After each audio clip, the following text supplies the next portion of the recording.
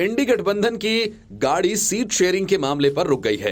वजह कांग्रेस और गठबंधन के दलों के बीच ज्यादा से ज्यादा सीटें हासिल करने की होड़ मची होना है। इतना ही नहीं, गठबंधन के पीएम फेस को लेकर भी लड़ाई तेज हो गई है।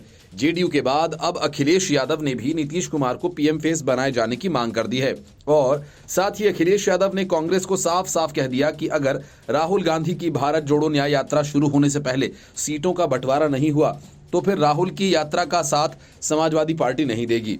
और इन सब के बीच कांग्रेस ने अपने पत्ते खोलना शुरू कर दिया। गठबंधन के संयोजक से लेकर पीएम फेस तक के सवालों के जवाब में मल्लिकार्जुन खड़गे ने कहा कि ये सवाल कौन बनेगा करोड़पति जैसा है।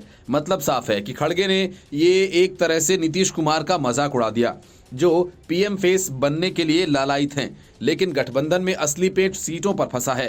पहले खबर आई थी कि जनवरी से पहले हफ्ते में सीट शेयरिंग पर चर्चा शुरू हो जाएगी, लेकिन पहला सप्ताह अब खत्म हो गया, चर्चा शुरू नहीं हुई। माना जा रहा है कि राहुल गांधी की यात्रा शुरू होने के साथ ही कांग्रेस इस दिशा में पहल करेगी। फिलहाल कांग्रेस सहयोगी दलों को टटोल रही है। उत्तर प्रदेश में सबसे अधिक 80 सीटें हैं। यहां पर विपक्षी गठबंधन की समाजवादी पार्टी का दबदबा है।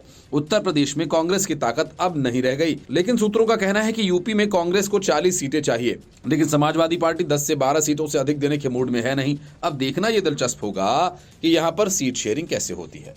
बंगाल में कुल 42 लोकसभा सीटें हैं।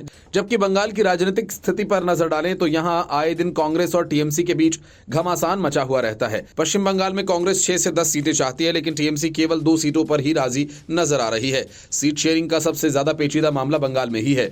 बंगाल कांग्रेस प्रदेश अध्यक्ष अधीर रंजन चौधरी खुलकर टीएमसी और ममता बनर्जी पर निशाना साधते हैं, तो वहीं टीएमसी भी बंगाल की कांग्रेस इकाई को बीजेपी की दलाल बता चुकी है।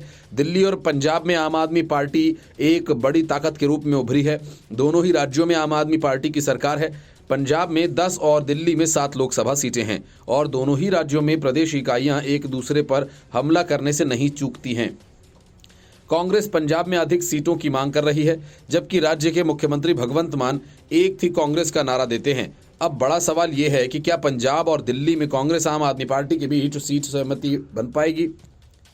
महाराष्ट्र में भी कांग्रेस गठबंधन में सीटों को लेकर मतभेद खुलकर सामने आ गए हैं। शिवसेना ने 23 सीटों पर दावा किया है। शिवसेना नेता संजय राउत ने कहा कि हमेशा से 23 सीटों पर चुनाव लड़ते आए हैं, लेकिन महाराष्ट्र में खुद कांग्रेस 25 सीटों पर लड़ना चाहती है। महाविकास आघाड़ी को उद्धव ठाकरे कांग्रेस और शरद पवार को भी सीटें देनी है। प्रकाश अंबेडकर की पार्टी भी इसमें शामिल है। इसलिए लगता नहीं कि कांग्रेस आसानी से सीटों के बंटवारे को अंतिम रूप दे पाएगी। जिस नीतीश कुमार ने 1 सीट 1 कैंडिडेट का फार्मूला बनाया था, वो दूसरे राज्य को कौन कहे। बिहार में ही सफल होता नहीं दिख रहा।